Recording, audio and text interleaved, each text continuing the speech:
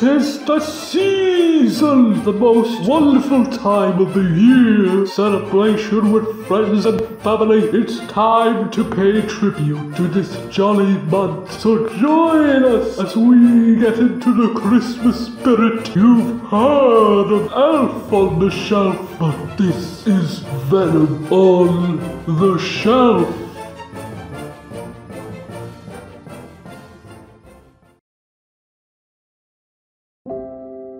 Gather round, kids, gather round. I want to tell you all a story about John Carpenter.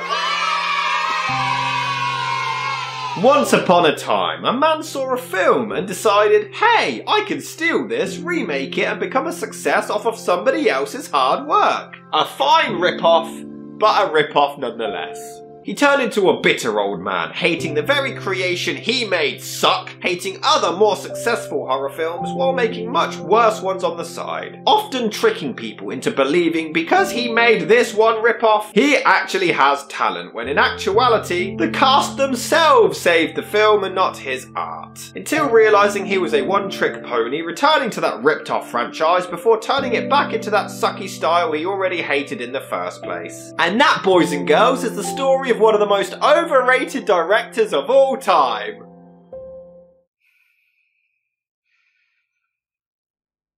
Hey! A likely story. During the 70s, an urban legend began of a babysitter being harassed by phone calls that ended up coming from upstairs. This was the inspiration for not only this movie, but even later films such as When a Stranger Calls. Though it wasn't actually the first to do this. That belonged to The Severed Arm a year earlier. There were also a series of murders in 1943 in the Montreal area that inspired the film, when Wayne Moden brutally murdered 4 people. Merry Christmas! Horrific. Director Bob Clark made some adjustments to the script, as originally it was purely a slasher, but he wanted to add comedy to the film as well.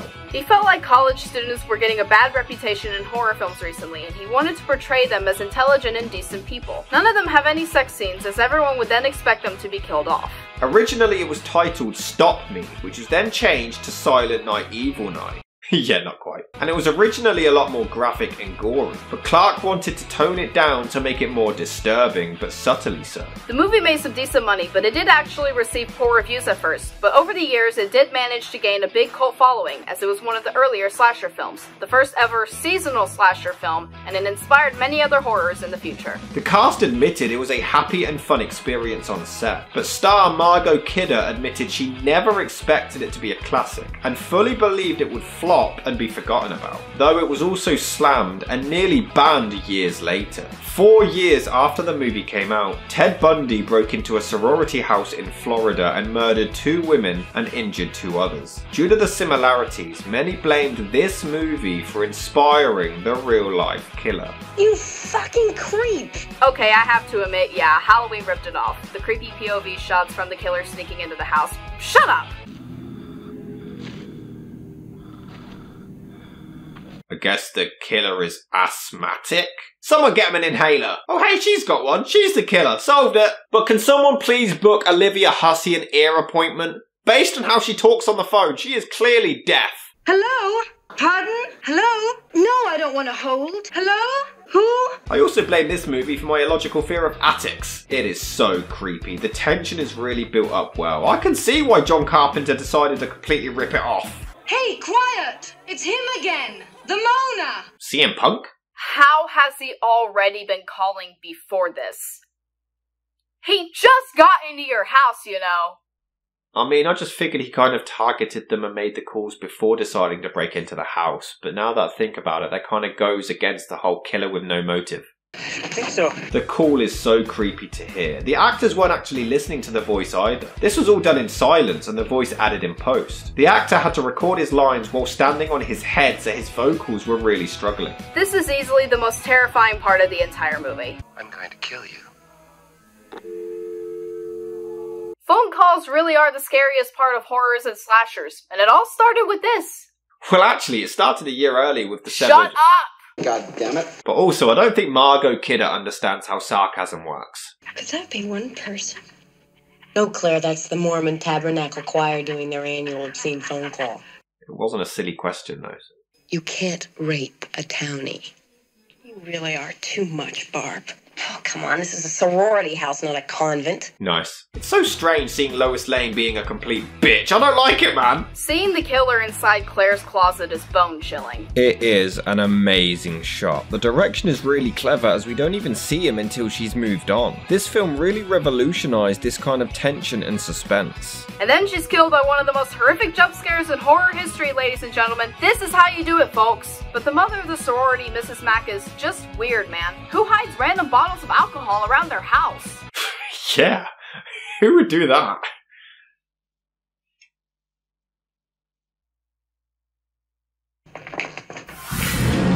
Jesus Christ! Okay, I'm not gonna lie, these jump scares scared the shit out of me. The imagery is so dark, and then some eerie singing kicks in. This movie is fucking terrifying! I admit it, it's scarier than Halloween. It's true. You bet your ass it is! Don't you be betting on my ass. What? What? I don't get the joke here. Claire's dad shows up and the house mother hides the butt crack on this poster and then he has a look at it. I don't get it! Why doesn't she want him to see it? And then why does he go and see... Okay, whatever. To be fair, the movie does actually have some funny moments too. Here, kitty! Oh, God damn it, Claude, you little prick! Fellatio 20880. What? Fellatio. It's a new exchange. FE. I mean, I get the joke and it's fine, but why the hell does he fall for it? Dumbass. And then others, not so much. I went over and I watched the zebras because they only take 30 seconds. Premature ejaculation. Funny? The phone call scenes are so dark and creative, considering they predate the likes of Scream, Phone Booth, and When a Stranger Calls. It just makes it more impressive. The music is so imaginative and really builds a tense atmosphere. I didn't send my daughter here to be drinking and picking up boys. You do realize that your daughter is a grown-ass woman, right? Do you know what a sorority house is, good sir? I'm gonna have an abortion. You can't make a decision like that. You haven't even asked me. Oh, wow. This is a topic I didn't expect to come up in a slasher film. Yeah, I think it's best we don't get into this. I mean, it's not a bad topic to bring up. I want us to have a baby. Oh, God. I'm very uncomfortable right now. Don't you ever consider anyone but yourself? It's her body, her baby, and her choice, you prick! But you gotta love the 70s, where swearing in front of kids is totally no big deal. Ho, ho, ho, shit. That ain't the little bugger schnockert, son of a bitch. Bitch. Ho, ho, ho, fuck. But how about one of the most obvious pieces of foreshadowing ever? Totally. You know, we gotta get Mr. Reynolds to fix this door. And then we meet one of my favorite cops in horror history, John Saxon. Let's all give him a hand. Man, first this, and then his daughter gets harassed by Freddy Krueger. Poor guy can't catch a break. Are you serious? But hey, Claire's boyfriend is actually carrying a concern in a horror movie. Let's go! I must say, Margot's drunk acting is actually pretty good. And the reason is because she insisted on drinking real alcohol for these scenes. Fair play. There's a certain species of turtle that can screw for 3 days without stopping. You don't believe me, do you? Well, I mean, how could I make something like that up? Barb, dear. No, really, they just 3 days, 24 hours a day. Can you believe that? 3 days? I'm lucky if I get 3 minutes. Same. Okay, but what was the point in destroying the piano, Peter? Waste of money and talent, if you ask me. Just checking on Bob before you leave. Could you do that? Of course I will. And you bundle up. Yeah, we'll be all right, Mrs. Mack. But you're fucked. Okay, Peter, that's just weird. Quit being Edward Cullen levels of creepy. Anyone else find it weird that Claire is now a missing person and they've not checked every single room in the building at this point? The house mother discovers the body and it is terrifying, before she gets Yankee doodled up like a damn cartoon. This is genuinely the best build-up to a death I've ever seen, and she probably would have survived too if she just didn't turn around. Anybody there? Anybody acting? This is creepy and all, but damn, Billy, quit the temper tantrum, all because you didn't get to kill the taxi driver or something. Get over it and quit whining. And this is the most creative reveal of a dead body in a film, and we don't even see it. The actors' reactions say it all. No gore is needed. The phone calls continue to be creepy as they do numerous voices at once. The slow zoom in on Jess as we see her reactions to it. It's so chilling, and Olivia Hussey gives a tremendous performance. She's probably the most underrated female protagonist in any horror movie ever, but it's immediately followed by a lazy jump scare. Also, how the hell did Peter even get into the house? You're this desperate to keep the baby, you're going to break into your girlfriend's sorority house?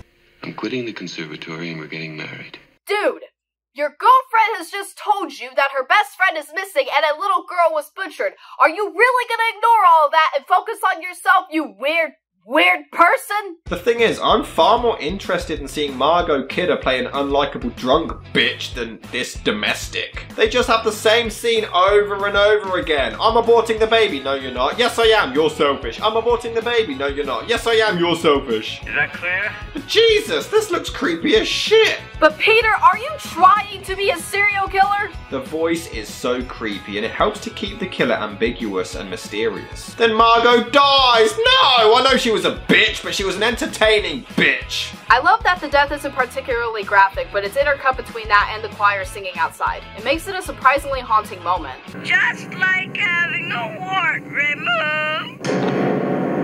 This is actually quite a clever and subtle indication that Billy was actually listening in on their argument earlier, which is fucking terrifying. They find out the calls are coming from inside the house, which is the scene that would be stolen for years, but my god, it's terrifying. And they now believe that Peter is the killer. I can't believe Peter would do this. He's so gentle most of the time. Fucking when? An emotionally and mentally abusive boyfriend is dating material? Yes, of course. This is a great shot as we just see the silhouette of the killer creeping up. It's horrifying. It's so subtle too, you wouldn't even notice if it wasn't for the music. The cop seems to think Peter is killing as revenge for the abortion, but that doesn't make sense because he only found out about this today and the phone calls have been going on for a while, so that was easy, it ain't him. But of course, when she finds out the killer is inside the house, she disobeys the cop and immediately goes upstairs to investigate. Fucking idiot, you deserve to die. Jesus Christ, this is the scariest image from a horror movie I've ever seen. It is terrifying. But wouldn't she recognize her own boyfriend's eyes? I just feel so bad for Claire's father. He still doesn't know where his daughter is, and he shows he clearly believes she's dead, but he doesn't even have any lines of dialogue. This is one of my favourite movie endings ever. Peter creeps up on her and you don't know if he's the killer or not, but we cut back after and he's dead. We don't know if he attacked and she killed him in self-defense. We don't know if she panicked and killed him without finding out. Originally he was going to reveal that he was the killer, but the director changed it to leave it ambiguous. Until the ending immediately after completely ruins it by showing the killer is actually still alive. Man, they were so close! This ending would have been perfect if we never found out the killer was still out there. Just do shots of empty corridors like fucking Halloween! Yeah, I must admit, this shouldn't have been added in, but it is still really creepy though. The movie is a masterpiece, and I prefer it to Halloween. It's scarier, creepier, more inventive, more demented. It's a thrill ride of emotion and suspense, and so ballsy for its time. Black Christmas is a Christmas and horror classic. This is one of the greatest horror films ever made, and it's easily in my top 10. Is it scarier than Halloween? Yes. Is it more suspenseful than Halloween? Yes. Is it better than Halloween? Almost, but not quite. It's suspenseful, it's terrifying, the characters are strong and have great development, and the killer is never shown, which I quite love. It's one that I highly recommend for fans that are new to the genre. Some of the acting may be a little iffy here or there, but that's the only true flaw I can think of. It's one of the all-time greats of the horror slasher subgenre.